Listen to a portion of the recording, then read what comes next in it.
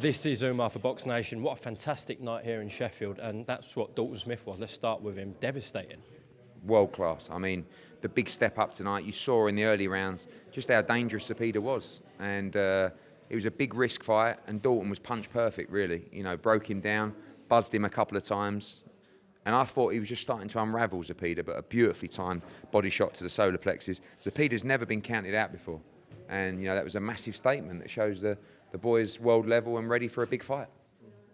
Talk about the pride in this city when it comes to boxing. I mentioned in the week about Naz, Kell Brook, Johnny Nelson.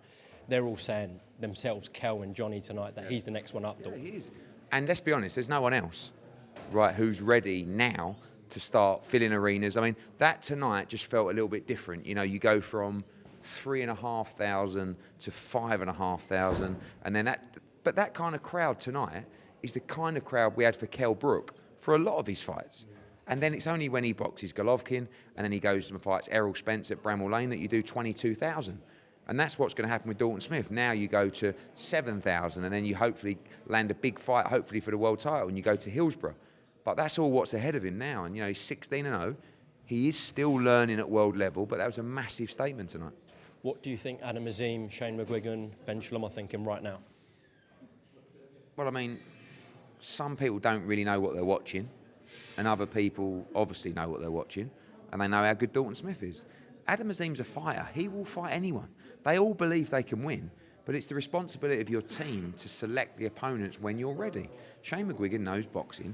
I'm not saying Shane knows that he can't beat Dalton, but Shane knows that Dalton's very, very good, and it's more than likely Adam Azim loses that fight.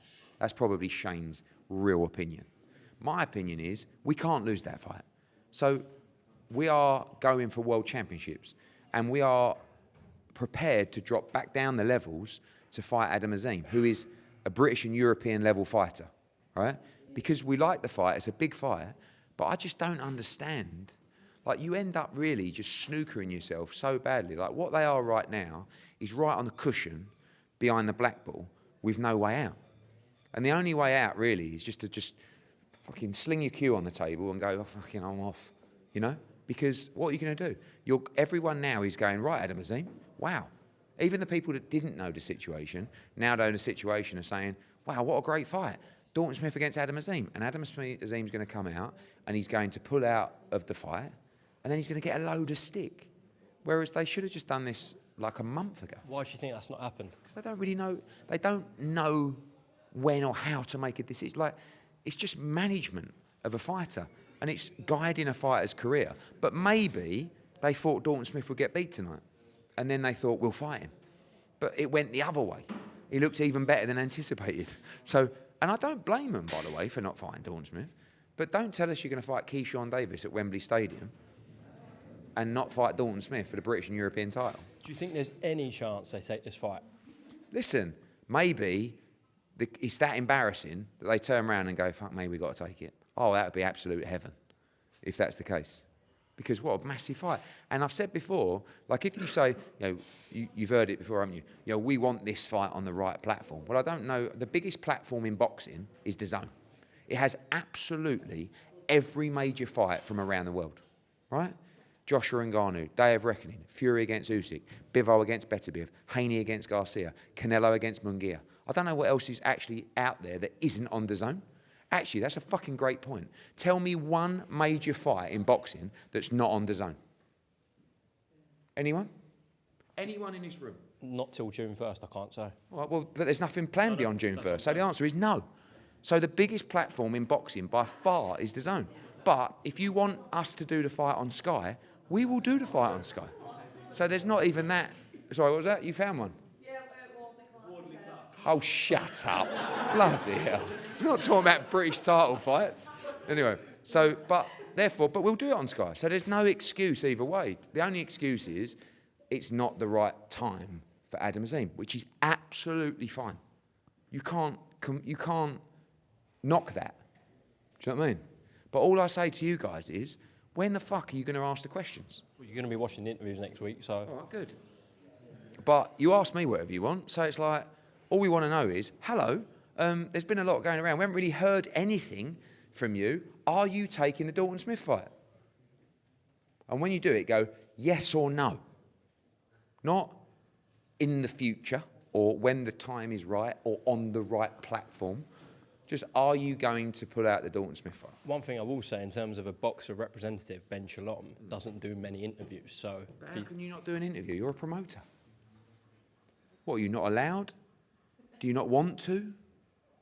Like, your job is to promote the show and speak in front of the media.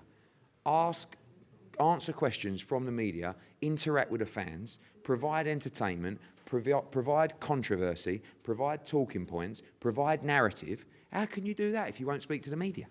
let's see if he does some next week. Well, I'll bet the answer's no. Really? Yeah, because I'm sure there's lots of questions you guys have got. You've asked me them. You're asking me the questions because he won't answer them. Fucking hell. I should be getting paid double. I should probably be on the board of Boxer as well. Actually, no, leave that. For me, fight of the night, though, was Campbell Hatton and Jimmy Joe Flynn. Listen, Campbell Hatton, I was so animated in that fight. I wanted him to win so bad. And well done, Jimmy Joe Flynn, because he deserved the win. And I'm glad the judges gave him the decision. But Campbell Hatton, all we want to see is great fights.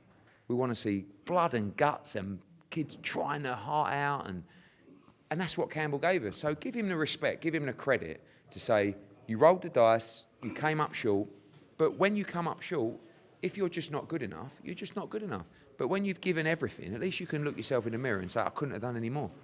So big respect to Campbell Hatton. And he'll be back, and I'd love to do the rematch. Anything else from tonight you want to talk about? Yeah, Sandy Ryan, absolutely incredible. You know, best 147-pounder in the world, some massive fights for her. Ishmael Davis was great, Nico Livias. Just a brilliant night of boxing, head to toe, and thanks for tuning in. Just lastly, Arnie did message me. We're both invited to the store in London. This is all Arnie again tonight.